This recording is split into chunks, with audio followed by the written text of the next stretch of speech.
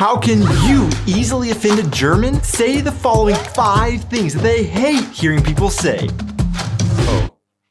Or maybe I should say how to avoid offending a German by not saying these 5 things.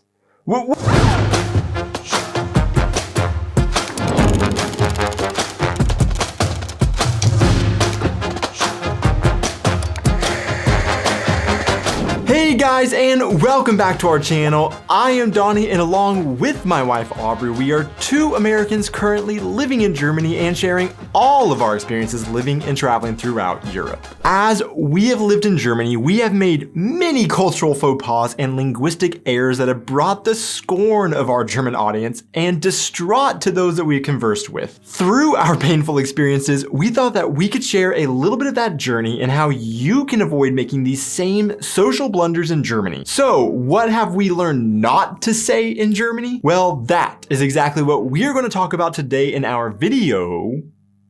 Don't say in Deutschland or you'll receive a reprimand.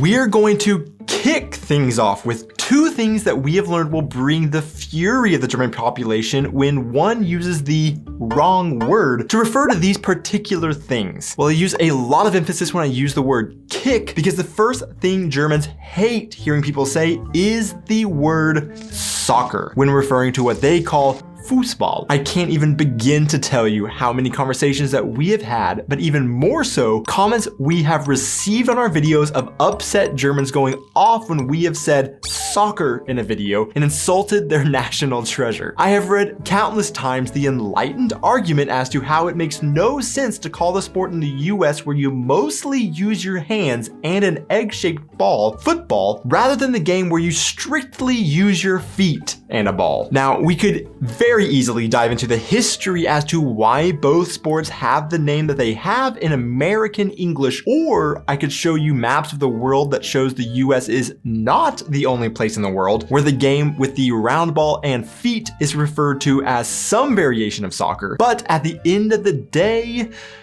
I have just learned that this is just a fact of life in which Americans will always annoy Germans when they call this football. So rather than make this social blunder, how should you refer to each sport in Germany? Well, to be honest, if you're speaking American English with a German, it kind of just makes more sense to stick with the American English word rather than trying to mix up translations and confuse everybody. So unfortunately, you just gotta roll with soccer and then just expect that they will make a joke about the term. However, funnily enough, when speaking German, Germans refer to this football simply as American football. From what I have seen, if you were to translate that directly and say amerikanischer Fußball, given the context, Germans would understand if you're referring to American football, but the term amerikanischer Fußball more so refers to American soccer because Fußball is nearly exclusively reserved for the sport Americans call soccer, and amerikanische is of course describing to where the Fußball is being played that is being talked about. If any Germans want to weigh in on these terms in the comments to help clarify how you make that distinction, that would be great.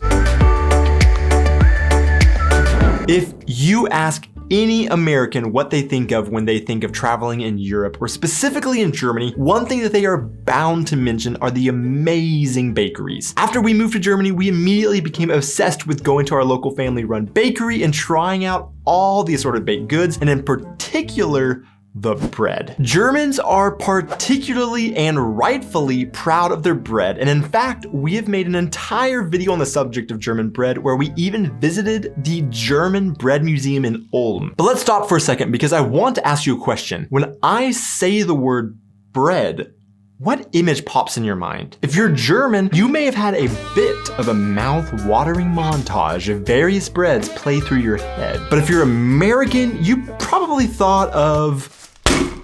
So just how proud of their breads are Germans? Well, 1, they have a German Bread Institute that has an official registry of all the different types of breads in Germany, which has over 3,000 types of breads registered. 2, UNESCO added Germany's bread culture to its intangible cultural heritage list. 3, they have TV shows dedicated to the worship of bread. And 4, this is not even considered bread in Germany. So the word for bread in German is Brot, but this is called toast. Well, to be fair, the full name of this is Toastbrot or toast bread, but because it really isn't considered true bread in Germany, it is often just referred to as toast. That's right. In Germany, even when it has not even been near a toaster, it is still called toast. Whereas in the US, for this bread to be called toast, it has to first be, wait for it, toasted. So what's all this about? Why don't Germans just refer to this type of bread as, well, bread? Well, to a German, all that this soft, squishy bread is good for is making toast. And as a German explains in a forum I found online, if you did not want to toast it, you would buy proper bread. So for our German audience now, I do have a clarifying question I must pose to you. If somebody like me wants a slice of what you would call toast, but I don't want it toasted, is what I have read online that I would have to ask for ungetoastetes toast? Or do I ask for something like, I don't know, raw toast? Really, what I have learned as I have been learning German, sometimes you can learn a translation that isn't actually said. So I found it is important to engage with native speakers by asking these types of questions so that they can just tell you how they actually talk. This is also something our good friends over at Busuu can help you do. Busuu is a language learning platform that teaches the world's most popular languages and has a lot of really great features like one-on-one tutoring with native speakers, the Busuu community where you can interact with native speakers of your target language and get feedback with how you are doing, or if you want to learn on your own, they have incredible complete courses of exercises that you can do at any time. So maybe you're watching this video because your English is good, but you want to improve it. Well, Busuu is great because you can easily jump in their app, take a short placement test, let them help you set some goals, and you will see your language skills just take off. In the description, you'll find links where you can check Busuu out. You can start learning for free, but then you can also try out the Busuu Premium free trial for 7 days for a lot of additional features. Of course, an overwhelming majority of US Americans are not native to North America, and therefore, this leads to a big question for many Americans as to where their family originally comes from. Because of that, a fairly popular business in the US are genealogical DNA tests that take a swab of your DNA, you send it into a lab, and they are supposed to be able to paint a picture of where your family geographically originated from. And according to census.gov, in October of 2021, more than 40 million Americans claim German ancestry. Now, my family has traced our family tree back hundreds of years and have a pretty good idea of who we are and where we came from. I grew up knowing that despite my family having been in the New World since before the American Revolution, I was part English and Irish and, like apparently 40 million other Americans, German. Sure, I of course identified as a United States citizen, but a big part of my identity also is in the fact that my family came from those European countries. And I, like many other Americans, looked forward to the day that I could travel back to the land that we came from to connect with my people. But what I found was kind of surprising. And that is that nobody in Germany would ever say that I am German, and they don't really care to think that you are. Okay, I obviously know that I am not German in the sense that I do not have a German citizenship, but in the US, it is extremely common for people to talk about their ancestral heritage and say a sentence like, I am German, or I am part German and part English. When it comes to a true passport holding German, if you or your parents weren't both in Germany, and it actually politically and socially can get even more complicated, then you are just American. Pure American.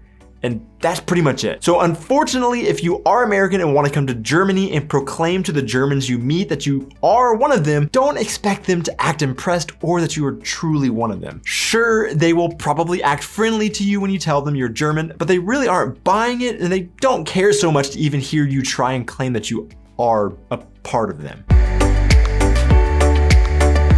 One thing that we have been surprised to find out while living in Germany is how superstitious Germans are. Well, they may not all actually be superstitious, but a lot of German traditions are old superstitions that they continue to practice for either the fun of it or just simply because it is tradition. One such tradition is a very important cultural difference between Americans and Germans that you must know about when living in Germany, or else you can cause a German friend to have a bad day, a bad year, or even death. And that is that Germans hate hearing you wish them happy birthday early. Now, there are more pragmatic Germans out there that would say this isn't based on superstition for them at all, but rather just, why would you wish someone a happy birthday if it isn't actually their birthday? And which you gotta give it to them, this definitely makes some sense. However, in the US, it can be the opposite and almost rude if you don't wish someone happy birthday in some social situations, even if it isn't their birthday. For example, you see someone a few days before their birthday that you know you won't see again on their birthday. In the US, you should go ahead and wish them an early happy birthday. So besides those pragmatic Germans, what exactly are the superstitions and reasons Germans don't like being told happy birthday unless it is between midnight the night before their birthday and through 23:59 the night of the big day? Well, we have heard a lot of different reasons from different Germans, but a big part of the reasoning comes from either a religious belief of you are provoking God who is in control and it is like you are making plans for him. Some say it is just tempting fate by assuming things will turn out before they happen, and often the belief is that it can bring bad luck, a bad birthday, a bad year, or possibly even death. Now, of all the things that we have come across that Germans get irritated hearing people say, there is one thing that aggravates them the most. Well, at least about 84% of the population of Germany. And that is the lederhosen wearing, beer drinking, white sausage eating, polka dancing German is true German culture. However, the truth is quite the opposite and is why Germans who aren't from Bavaria hate hearing this trope. One thing Germany does not seem in short supply of is different regional cultures, and unfortunately, it is just Bavarian culture that is often the most recognizable outside of Germany. A quick explanation as to why this is the case can be seen when you look at a map of Bavaria and a map of the region the Americans occupied after World War II. You can see how they almost perfectly line up, and when the American troops were sending postcards home of where they were, this became what Germany was in American minds because it was all that they were exposed to. If you travel across Germany, you will find an extremely wide array of traditional clothing, foods and drinks, culture, and even language, as we have discussed in our video on the wide range of German dialects. Beyond that, thanks to globalization, if you take a look at a modern stereotypical American and a stereotypical German, the differences will sometimes be hard to actually see. So don't travel to North Germany and expect to ask a German for their best Weisswurst and beer. Rather, try grabbing a Fischbrötchen and a Fritz Cola. To see who made it this far into the video, the random question of the week is Käsekuchen or Käsespätzle? Which is the better cheesy dish? Thanks so much for watching, guys. If you enjoyed this video, please remember to hit those like and subscribe buttons, and I will see you in our next video. The comments below to help clarify But let's stop for a second because I want to ask you a question. Airplanes, go away. You guys can hear that, right? I think the mic can pick up the airplanes. They're flying literally right above my head.